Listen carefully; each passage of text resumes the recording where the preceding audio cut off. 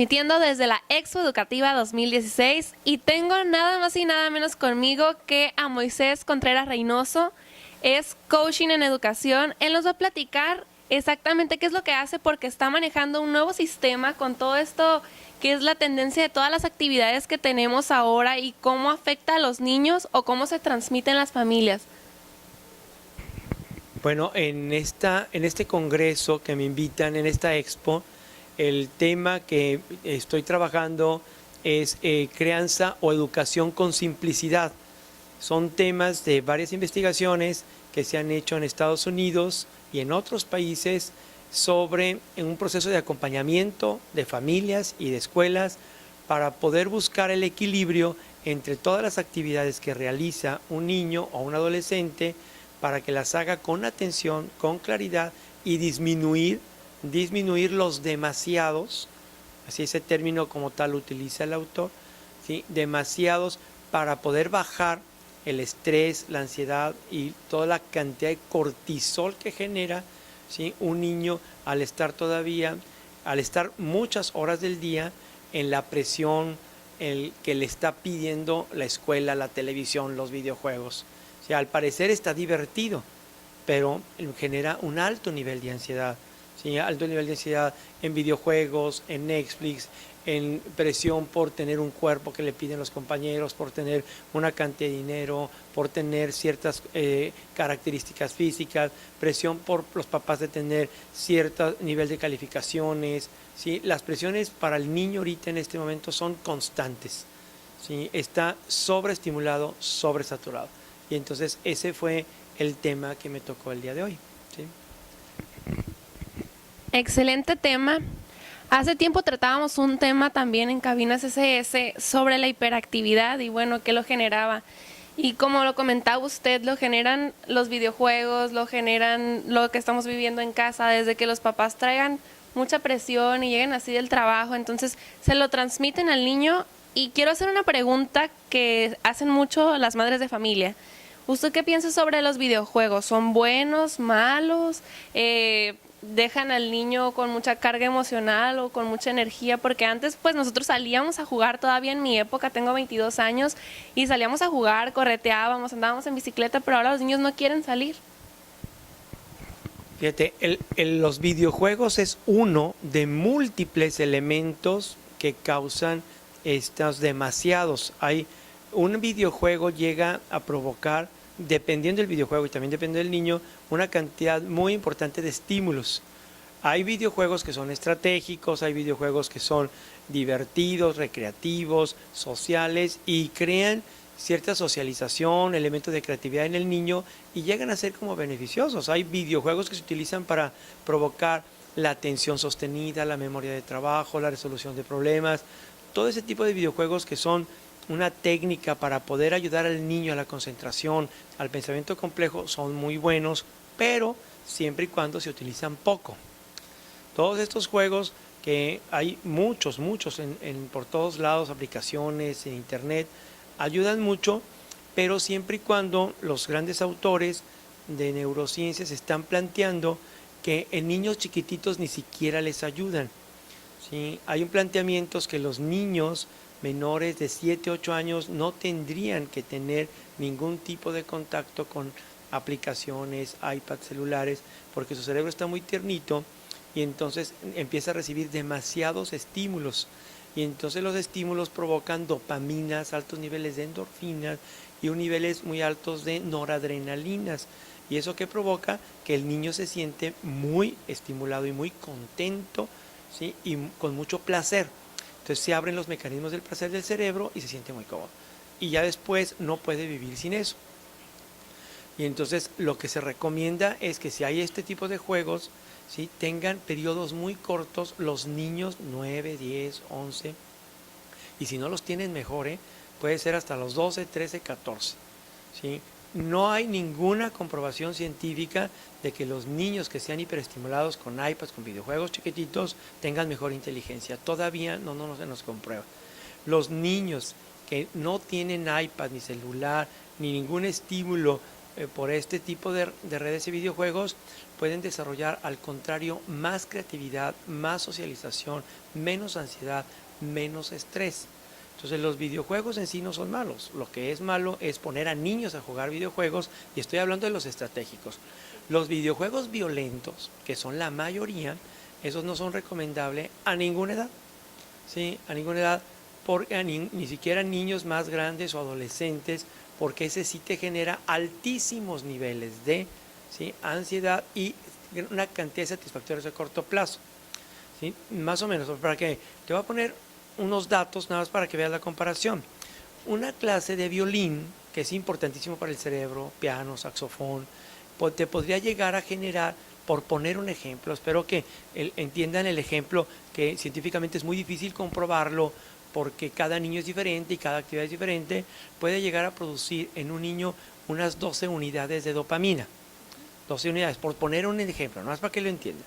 Y un videojuego violento podría llegar a generar hasta 300 o 400 unidades de dopamina.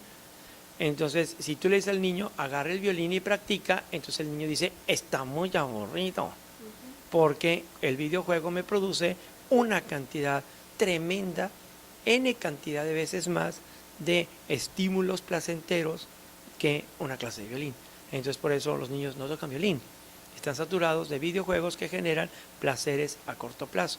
Y el niño, sin darse cuenta, está siendo bombardeado de estímulos que después lo van a convertir en una persona que puede llegar a tener problemas de atención, concentración, y puede generar esto que le llamamos cierto tipo de hiperactividad, que no es otra cosa más que ser adicto a una onda cerebral que mantiene los estímulos abiertos la mayor parte del tiempo.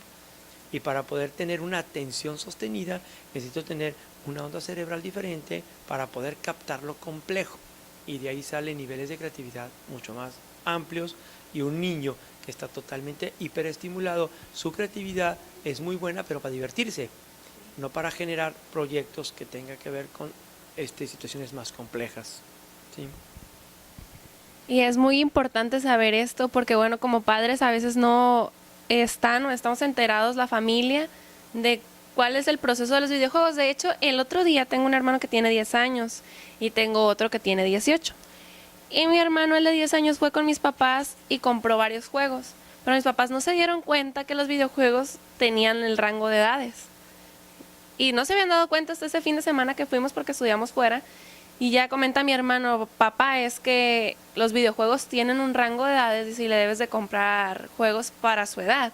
Entonces, qué importante es poner atención en los detalles de muchas veces no tenemos la dedicación de leer del juego, el niño solo dice que lo quiere y pues se compra. Pero es algo que se está dando mucho, hay que tener atención con los niños, desde las conductas que llevamos, también la lectura. ¿Qué piensas sobre que los niños ya no quieren leer? Bueno, primero viendo lo de los rangos de edad, hay que entender que los niños son diferentes. A la hora que decimos un niño de 10 años, hay niños que procesan ciertas cosas a los 10 años y otros niños que no. ¿Sí? Así sea un niño que puede tener habilidades para un videojuego o un niño que no tiene cierta habilidad, a ninguno de los dos les conviene. Está comprobadísimo, ¿sí?, que los videojuegos que estén provocando toda una cantidad de altos niveles de estimulación van a romper con un ritmo de crecimiento y maduración de su cerebro de una manera sana. O sea, no es recomendable utilizar videojuegos ni violentos, ni agresivos, ni que estén saturados de luces intermitentes porque son muy adictivos.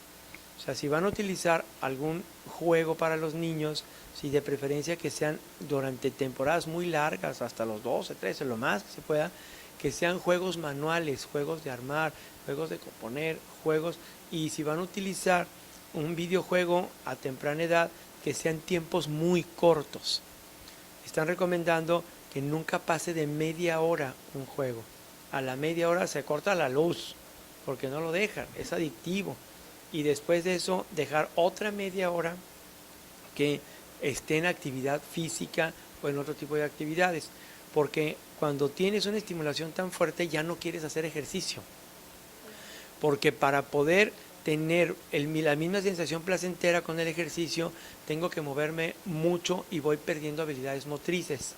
Entonces ya por más que me mueva y no soy diestro para los deportes, empiezo a perder lo que se le llama el satisfactor del logro. Como pierdo satisfactor del logro en medio de actividades físicas, encuentro mucho satisfactor inmediato en el videojuego. Entonces cambio el satisfactor inmediato por el satisfactor del logro. Y eso hace que tengamos una personalidad, ¿sí?, a cortoplacista, haciendo que el cerebro no tenga mucha maduración en la zona que se llama corteza prefrontal o lóbulo prefrontal, donde alcanzamos a ver a mediano y largo plazo, ¿sí?, donde podemos conectarnos con el otro. Se llama también cerebro ejecutivo, el que administra pensamientos, impulsos. Y entonces todo este tipo de actividades que tú me mencionas, videojuegos violentos, hace que no madure esa zona. No madure esa zona. Y en el caso también que me comentabas sobre los niños de la lectura, la idea es, ya no es tan sencillo ponte a leer, porque es muy aburrido para un niño. Entonces lo que se solicita, siguiendo el patrón de comportamiento que tienen los niños, es que hay que leer con ellos, no leerles. No leerles, o sea, lo que están sugiriendo algunos autores es que los papás o las mamás más que todo se sientan y le leen lo que dice el libro. Entonces el niño así como diciendo, ay, ¿a qué horas vas a terminar? O sea, no le produce gran emotividad y es una participación como muy pasiva. Entonces la idea es que sea un lector activo. Entonces lo que se recomienda es que tú leas un pedacito y el niño lea otra, aunque lea poquito, y vas haciendo un intercambio de lectura. Y cuando lea papá o mamá, la idea es que sean muy dinámicos y que metan emoción. Es importante provocar la lectura. Lo que yo estoy promoviendo dentro de mi proceso de acompañamiento de familias, desde el coaching educativo, es que no solamente lean los niños, sino se lea en familia, sino que participen varios, que sea así como una especie de cuentacuentos y que sean como más dinámico. Al mismo tiempo de la lectura, estoy sugiriendo que después ellos continúen la historia y que la modifiquen y empiezan a crear. Y después que ellos escriban historias. ¿Sí? Estoy provocando o invitando a las familias y a los niños de todas las edades que aprendan a escribir. Necesitamos provocar la escritura. La lectura sin duda es un elemento muy interesante para desarrollar la imaginación, la creatividad, pero escribir es mejor. Escribir es pensar dos veces, pero no puedes escribir si no lees. Entonces la idea es que leas y después escribas. Y todavía hay otra opción, que después de escribir y leer, dibujes. Entonces que los niños, hasta los adolescentes, si son niños, a veces yo sugiero que puedan llegar a poner un muro en la casa, que lo puedas poner con papel, lo cubras de papel y ahí lo pinten, que pinten la escena que más les gustó, el perro, el lobo, el volcán, y que la imaginación la plasmen en algo. Y entonces estamos convirtiendo a un niño que su inteligencia la pueda llevar a la práctica, ¿sí? Entonces que pueda llevar su mente primero a captar un concepto, lo desbarata, luego crea otro. Entonces estamos creando pensamiento de orden superior. ¿Sí? Entonces el niño, en vez de estar hiperestimulado, entonces mejor le estamos provocando imaginación, creatividad, y estamos provocando que el niño tenga mucho más participación en su proceso educativo. Y entonces el planteamiento que tuve en la conferencia de la mañana, el día de hoy, era que si el niño le estamos dando de todo estímulos, llega el momento en donde pierde la noción de la hora, pierde la noción de tiempo y pierde la noción de los otros. Se convierte en un ser que lo que quiere es a toda costa conseguir su satisfactor. ¿Sí? Hacer su voluntad, que después empezamos a escuchar términos como niños con síndrome oposicionista desafiante, niños con mal manejo de la ira, niños con poca tolerancia a la frustración, niños con déficit de atención, niños con hiperactividad. Todos estos comportamientos son resultados de los estilos de vida que se tienen en este momento. Entonces lo que tenemos que hacer es crear entornos educativos, ¿sí? Familias que produzcan un ambiente, un estilo de vida en donde el niño pueda tener más calma y que el niño aprenda a aburrirse. Es una cosa rara, ¿sí? Porque si el niño aprende a aburrirse, entonces que sepa que no todo el día tiene que estar estimulado. Al ratito ese niño que se aburre puede estudiar ciencias y puede terminar el libro y puede terminar la pintura y puede practicar el piano, ¿sí? Y puede hasta durar casado, ¿me entiendes? Porque al ratito si la pareja le aburre, pues la manda a volar. O sea, porque ya tiene el patrón de comportamiento que todo lo que le aburre lo tira. Entonces se convierte en alguien que solamente vive a corto plazo, con una cantidad de comportamientos compulsivos que a la larga el que sufre es el propio niño. ¿Sí? Sí. Antes de preguntarle un poquito más sobre usted, quiero saber qué pasa si ya vivimos todo ese proceso y ahora todo nos aburre, porque yo he escuchado compañeros o incluso hemos estado platicando y decimos nos vamos a reunir y nos vamos a cenar y todos están con el teléfono y lo dejan, ay, qué aburrido. ¿Y de qué están hablando? Y no te pueden poner atención. No, pues es que ya me enfadé. No, ya me voy. Se quieren ir para estar con el teléfono, para estar con la computadora, para estar con la tablet. Entonces, ya que viviste todo este proceso, o incluso con las parejas, como usted lo decía, pues estoy en edad de universidad y muchos pues no duran. Es un novio y luego se enfadan y son dependientes también. Se crea una dependencia, no pueden estar solos. ¿Qué se hace cuando ya viviste así y quieres parar, que te das cuenta? Bueno, aquí la palabra que utilizaste más importante es si quieres, porque hay personas que no se dan cuenta. Hay personas que consideran que estar estimulado es lo normal. Entonces viven incómodos, cambian de carrera, cambian de trabajo, cambian de familia, cambian de pareja. No, están huecos. Y esa palabra hueco no quiere decir que estén vacíos de algo, sino simplemente es que el cerebro se maneja por ondas. Entonces las ondas del cerebro que están más estimuladas las tienen tan activas y confunden felicidad con placer. Entonces la gente, es que yo quiero ser feliz, y la gente confunde y entonces piensa que felicidad es tener un satisfactor mediático. Entonces la gente tiene que aprender a postergar placer. Si postergo placer por voluntad propia, entonces entrenaré la voluntad, la fuerza de voluntad que me va a ayudar a tener mayor conciencia de mí y llegar a proyectos más grandes que me van a hacer feliz. Es diferente tener placer que ser feliz. Puedo yo tener placer en una relación de hoy en la noche muy fugaz, pero no me va a dar una felicidad plena. Si yo establezco una relación paciente, tranquila, de crecimiento con alguien, me puede acercar más a términos de felicidad. La felicidad tiene una connotación con el amor. El amor a nivel científico, no tan romántico, no es otra cosa más que la capacidad de un ser humano de cambiar o modificar un patrón de comportamiento personal en beneficio de alguien más. ¿Sí? Entonces yo me muevo para que podamos coincidir. Yo me muevo, modifico, altero, freno, acelero, para que tú y yo podamos coincidir. Y eso implica una persona que tiene mayor conciencia de mí y mayor conciencia del entorno. Entonces, si una persona lo único que quiere es estar estimulado, no puede vivir con nadie. Entonces estamos hablando que son personas que tienen comportamientos adictivos o compulsivos. De ahí vienen una cantidad de nuevos, llamémosle así, ni siquiera son tan nuevos, más que ahorita surgen más estos problemas que se llaman borderline, bipolaridades, depresiones, agresiones, mal manejo de ira. Todos estos comportamientos que vemos ahora más comunes se están dando por los estilos de vida.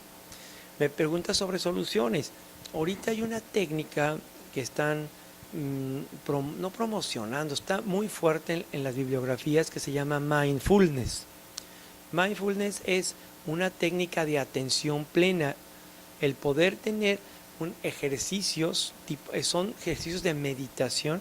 ¿Sí? Es la meditación occidentalizada, ya le quitaron la connotación religiosa y simplemente es una respiración para lograr que la persona tenga conciencia del aquí, del ahora, conciencia de lo que siento, conciencia de lo que pienso y conciencia de lo que me toca hacer en este momento según lo que yo decido, ubicarme.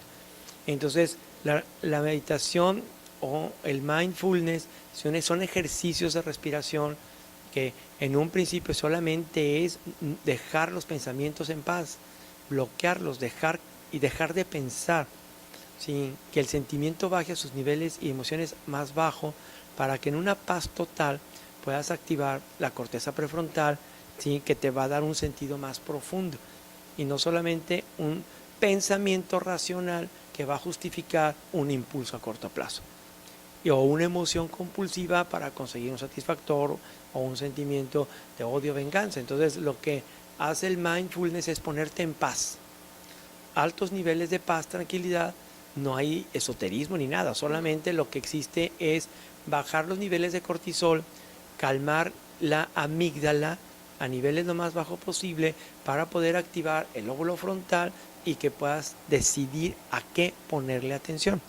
Lo que tú me decías de tus compañeros, estos de la universidad, yo doy clases en la universidad, entonces lo que tienen es que están demasiado dispersos, o sea, el entrenamiento que tienen de atención es muy bajo.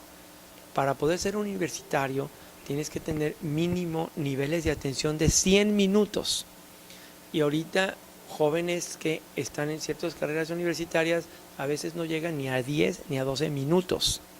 Entonces creando un problema de comportamiento bastante serio, ¿sí? Por eso hay tantas bajas de carreras, porque quieren puras materias que los mantengan estimulados y conseguir fondos o dinero y placer a corto plazo. Y para sacar una carrera universitaria se necesitan no menos de unos 10 años de atención total. 10 años, ¿sí? Cuando menos 5 de estudio, algunos otros de práctica y una maestría.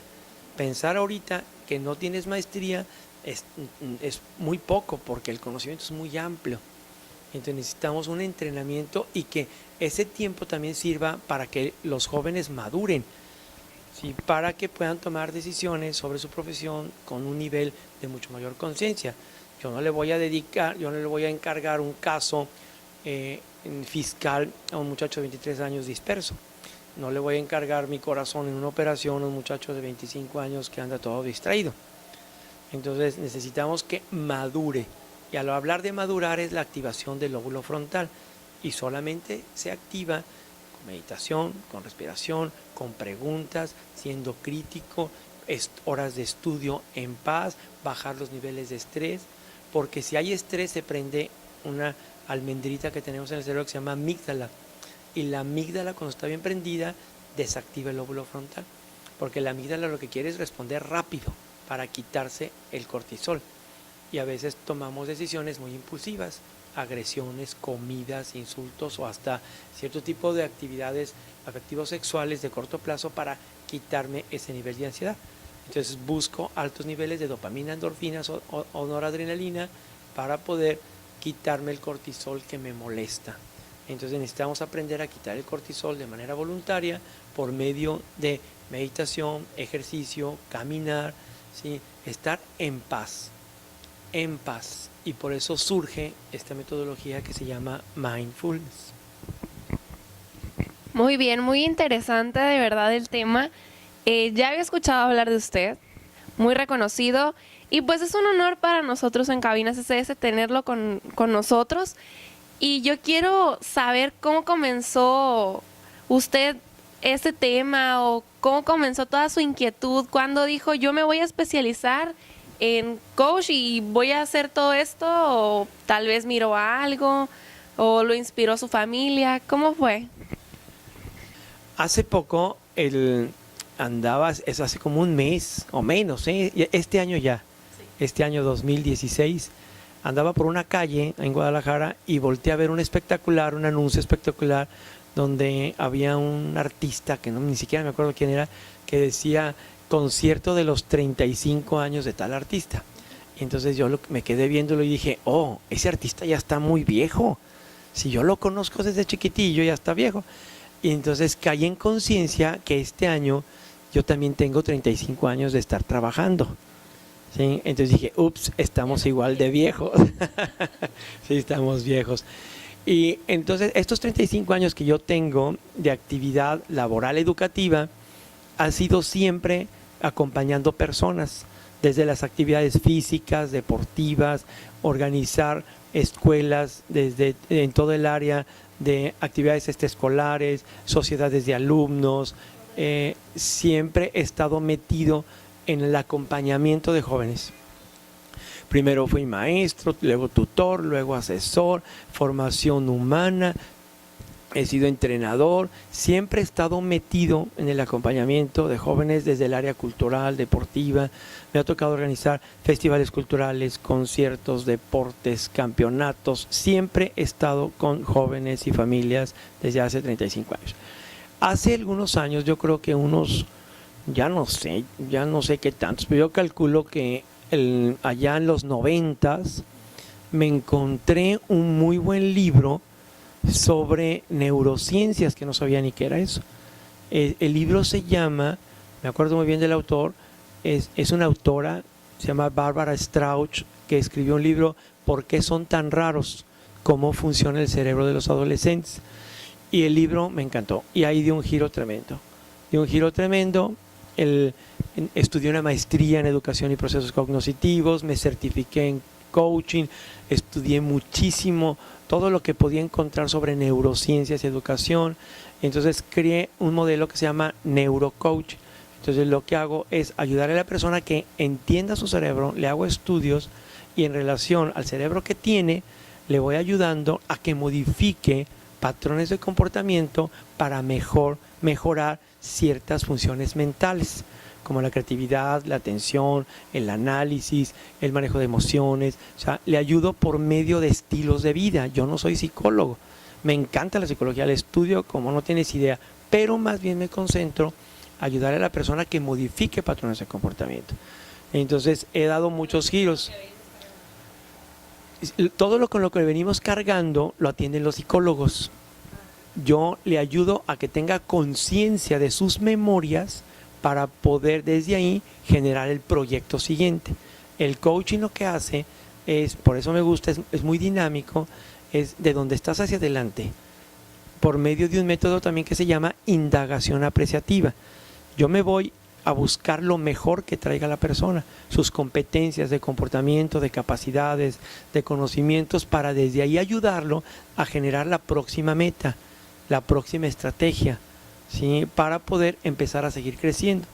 Y el enfoque está en que si la persona se va poniendo metas y avanzando en sus proyectos y la modificación de patrones de comportamiento, va a ir encontrando satisfactores por logro, y eso le da una vitalidad y muchísima motivación para continuar con la siguiente meta, y sigue avanzando y avanzando y no para. Entonces mi vida ha estado siempre rodeada de jóvenes, desde preescolar hasta universidad. Acompaño ya de muchísimos años, acompañé niños, ya ahorita ya por decisión profesional ya me concentro más en secundaria para arriba. Lo que más atiendo es preparatoria y universidad. Doy clases en varias universidades de México, en cursos y talleres que me piden para desde el área administrativa, desde liderazgos, trabajos de colaboración, coaching, y en maestrías de desarrollo humano, en maestrías que tienen que ver con el comportamiento, ¿sí? O sea que no me aburro, ¿no? Y sigo.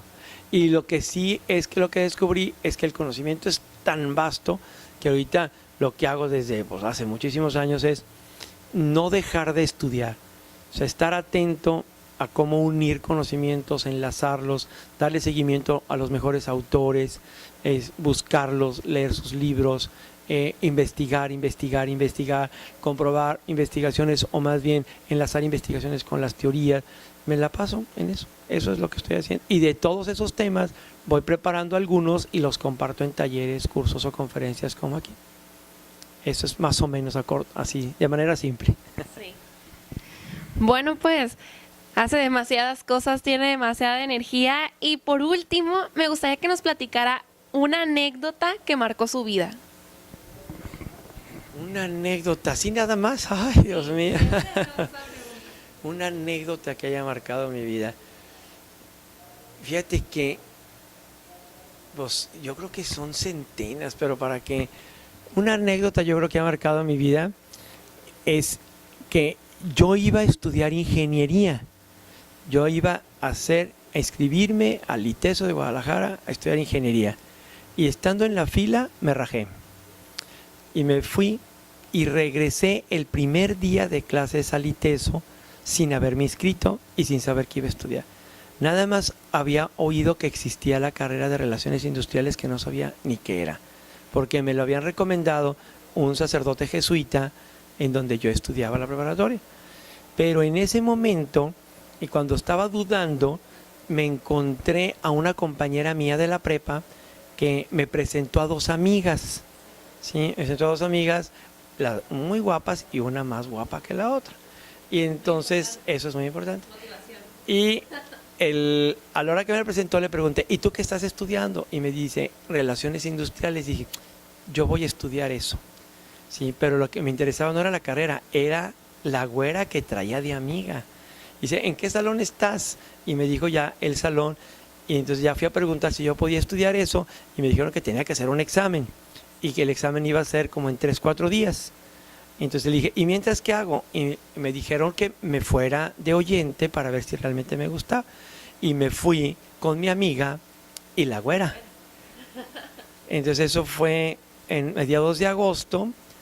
Hice el examen, lo pasé el examen y me quedé, no me quisieron dejar en ese salón, me quisieron cambiar porque ya lo que hice fue convencer al encargado del inicio de la universidad que me dejara en ese salón, lo convencí, me quedé en ese salón y el 21 de noviembre de 1981 le dije que si quería ser mi novia.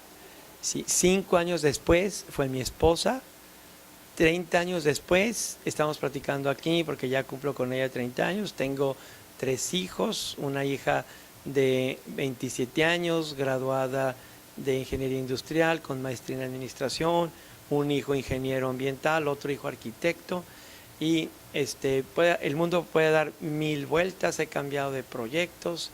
He sido encargado de deportes, de cultura, he dado cursos por todo el país, pero la güera todavía está. ¿Sí? Entonces, yo lo que creo es que eso me ha servido así como para ayudar a la gente a que pueda analizar el entorno y somos lo que decidimos, nos convertimos en lo que decidimos. Entonces, mi vida es ayudarle a la gente que tome bien las decisiones más importantes de su vida, porque la decisión más importante de mi vida, ¿sí? Sigue siendo con quien comparto mi vida 30 años después. 35, son 30 de casados y 5 que era casi lo mismo, ¿eh? Sí. Así ha sido una anécdota divertida. Yo doy muchos talleres de orientación vocacional por todo el país y cuento esta anécdota y les digo, pues sí, estudien algo, hombre, pero más bien consíganse a alguien que valga la pena. Sí, el trabajo como sea, mejor comparte tu vida con alguien que valga la pena. Sí, esa es la decisión importante. Trabajo va y viene, parejas no. Exacto. Así que consíganse a alguien bueno.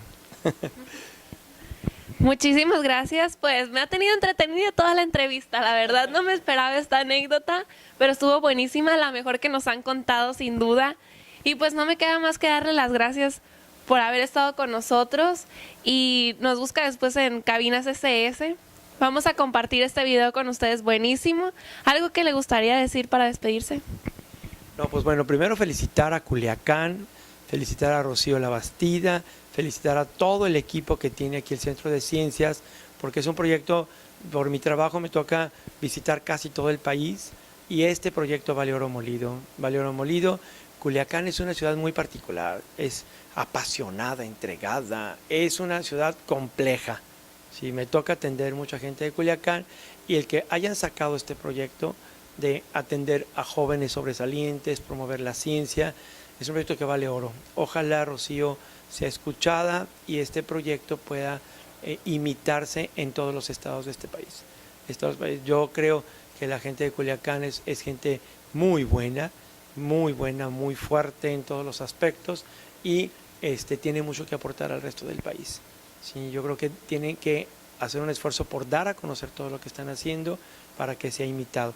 Sí, yo creo que la combinación de ciencia con pasión es lo que saca grandes proyectos y ustedes están haciendo esa combinación muy interesante. Así que muchas felicidades a ustedes. Sí. Muchísimas gracias. Pues recordé muchas cosas cuando estaba diciendo eso porque soy de las primeras haces. Y bueno, sin duda nos ha tocado vivir muchas cosas juntos con la licenciada Rocío Labastida, altas y bajas. Y bueno, esta vida tiene todo. Yo sin ponerle ni quitarle puedo decir que el programa cambió mi vida positivamente, por eso estoy aquí.